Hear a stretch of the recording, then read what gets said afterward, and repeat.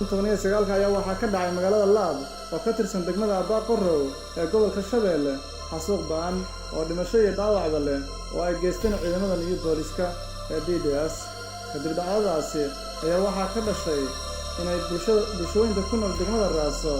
ay sameeyaan banaanbaxyo ballaaran oo aan rabshad lahayn isla markaana laga soo horjeedo dhacdada ay geysteen ciidamada iyo booliska iyo cid waliba ku lug lahayd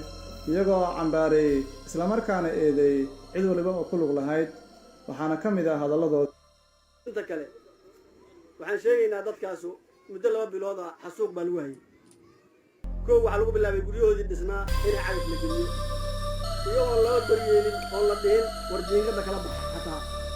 inay cagaf la geliyo guryahoodii cidna kama hadlin killiga soomaalidana wax ka dhacay hadda ka hor ma jiro intaasoo goobood baa laisku haystay goob la sameeyey inay cagaf la geliyo guryihii laisku dudmiyo ay ka dhacday oon laab ahayn ma jiro waa la soo waday kolle waa la rarahayey kolle waa la dejinayay aqalad markii u dambaysay markii guryihii la babaabiyey aqal soomaaliyeed dhisteen waa la raray meel kale la dejiyey meeshii kale la dejiyey baa haddana 2 toddobaad la furahayay waxaa ka dhacday halkaas xasuuq dadkii aqaladii yaraa intii laga jijibiyey oo xoolo meesha lagu masruufayo daaha iyo dad indhala lagaga tegey inay dadkii intii roroneed iyo maacuuntii baabuur lagu guray oo meel cidla haddana lagu daadiyey waxaa samaynaya waxaa weeye waa maamulkii gobolka kii degmooyinka 3 degmo Beercaano Abaqorow Iimay Bari iyo gobolkii Shabeelle 4taas oo u kala hadhin iyo ciidamadii dowladayaan ee Nuyuga yaa waxaa ku sameynaya waxaa weeye وعليكم السلام. وعلى عمبرينا فلك هنا لو قعد يود واحد نوقف فينا ضد الشعب ليه عمرهم بقوها شعب ضد الشعب قالوا ما الله ينيله يود يهرا ليه جتي كحون الجود فوق عين هذا كل جنا وحنا عمبرينا لقب الله وملحونا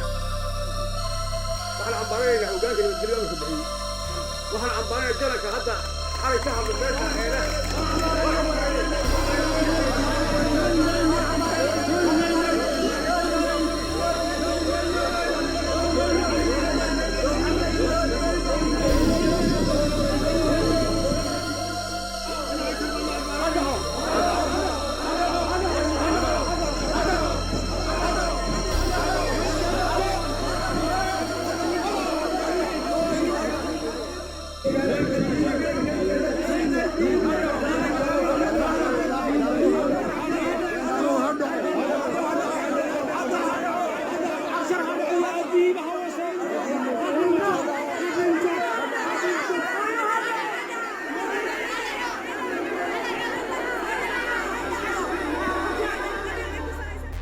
dadkan aad aragtaan ee meesha isugu yimid waxay ka kooban yihiin dadkii waxgarabka ahaa ee ku noolaa dhammaan bulshada ee dadkii matalahaya waxgaradkeedii culimmadii salaadiintii hooyooyinkii dhallinyaradii way ku dhan yihiin waxaan halkan isugu yimid oo ka soo horjeednaa shalay arrinta ka dhacday ama dhibaatada loo geystay ee shacbiyada ahaa ee degmada Laab ama magaalada Laab dadkii ku noolaa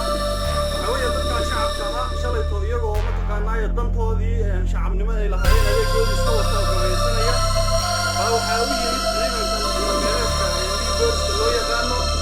waxaa weeye si gabadfal ah oo awalba wixii ay kusoo dhaqmi jireen ahaa ay mataqaanaayo horey ugu naqaaneen bay ku dhaqmeen iyagii dad shacab ah oo waxba galabsanin oo dantooda iska wata oo ayna u kala meelday rag iyo dumarba iyagaayo wax dhintay iyo wax dhaawacnadana way isugu jiraan intii dhimatay allah u raxmo intii dhaawacana allah u boodhayaanu leenahay waxaan nooga soo horjeednaa si buuxda arrinta iyada ah ciddii ka dambaysa oo dhan laga bilaabo madaxweynaha hoggaanka nabadgelyada waxaa weeye ninku dilay har kuguma jirin bay annaga noo tahay oo dee waa wixii shalay iyo haddaraadba aan ku ogayno wax nagu cusub ma aha laakiin waxaan dhowraynaa wax allaale iyo wixii arrintaa jawaabaha ee laga soo bixiyo yaan ka war sugaynaa haddii ilaahay yidhahdo insha allah assalaamu calaykum waraxmatullahi wabarakaatu ku hadlaya afka dumarka intanoo dumar in ay u soo baxday arrinta dhibaatooyinka ka dhacay iyo habeerdariinka loo geystay degmada deegaanka Laab ayaa waxaan halkan ka jeedinayaa ummadda wixii islaama iyo wixii maxaan ku dhahaa maamula iyo wixii waxgarad iyo wixii hay'ad ah iyo wixii maqle ee muslima waxaan halkan calastoonada kaga muujinaya dhibaatooyinka loo geystay annagoo ka xun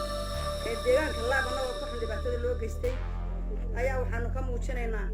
in dhibka lagu hayaa nidaam qabiil yahay oo madaxweyne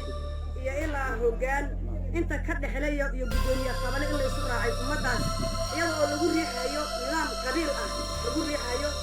loona qaadanayo ciidamadii new booliska iyo waxa la wixii hub qabay ee deegaanku lahaa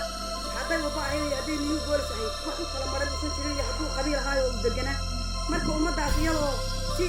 buuxda nidaamka dawliga ah loogu laayay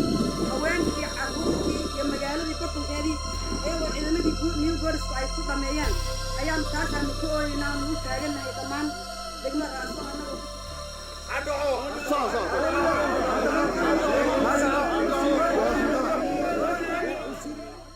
gabagabadii iyo gunaanadkii cabashada shacabka ayaa waxay tahay ilaa ay haatan inayna helin wax isbeddel ah dhanka nabadgelyada iyo horumarka taasoo ay sabab uga dhigeen in bulshaweynta beeshan lagu ataagayo nidaam qabiili ah.